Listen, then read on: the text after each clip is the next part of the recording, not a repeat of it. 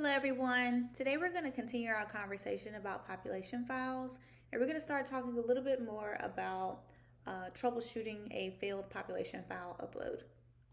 And so in our last video, we talked a little bit about where to find resources for instructions for your population file, instructions for formatting your group 1 variable, as well as where to find a population file template and where to upload. So I uploaded a population file that I knew would not work so that we can have this error message here. And we'll talk a little bit more about what to look for and how to look for your population file errors. And so this is essentially what's going to show on your interface whenever you have a population file fail. A successful population file, you'll receive a confirmation message here, but you'll also receive a confirmation message via email as well. So you will want to look for that before you assume that your population file has uploaded successfully. So to demonstrate this, I have a test file open along with the interface for you so that I can show you where to look or how to look for your population file errors.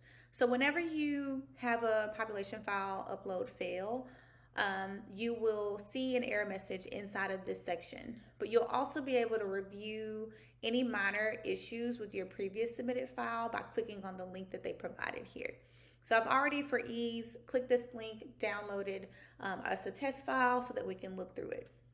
Now, in terms of the error messages or the flags, more than likely, you'll see 3 particular codes in your problem columns, and we'll talk about what those mean. So I'm gonna share my screen a little bit more for the document. So whenever you have an error message, the error message in this particular file is present in the SAT columns. And so wherever you have an error to review, your interface will tell you where to look at your errors, and it'll create a column that has a header similar to what you've already uploaded, but it'll include the word problem. So it basically identifies where the problem column is for you. You'll want to check all of these columns to make sure that you find the correct error, and again, reference your interface to see the specific error. And so I'm only going to focus on these 3 columns because these are where my problem areas come from. Now, inside of your problem columns, you will find more than likely one of 3 error messages. This might be missing, invalid, or duplicate. And so with missing information, it means just that. There may be a piece of information for that student that is missing. And so we'll want you to go in and find that student and provide us with the information that's missing. And in order to really just kind of move some of the noise around that, you can just simply filter your document and you can select the error message and it'll show you the specific cases that are missing.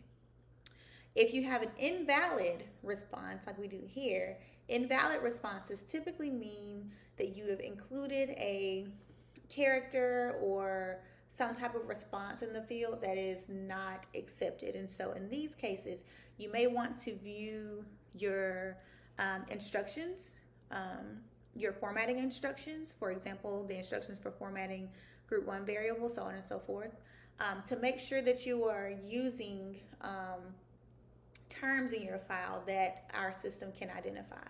So for example, including yes or no, or if you have an oversample, for example, we talked a little bit about oversampling. If you have oversample students in there, making sure that you use the correct words in that column to identify it based on the instructions that have been provided. And so making sure that you use a valid response basically means you're using the right terms for that column. So if I've included a word here instead of a number, I would get an invalid response. Or if I included a number that was not on the scale for this, like 0. I don't know if it's possible to get a 0 on the SAT, but you know, if I included a 0 here, then that might create an invalid response. And then duplicate, which is the last error, is again pretty self-explanatory. It means that you have more than one of the same entry. in that file. And so you'll want to make sure that you remove any duplicates as well. So that's the pretty clean cut definitions of some of the common error messages. If you have an error message that you can't quite troubleshoot yourself, remember, don't email us the population file. You can email us and just request assistance, and we can look at your interface for you and review your population file error messages from your project services team, and then we can advise you from there.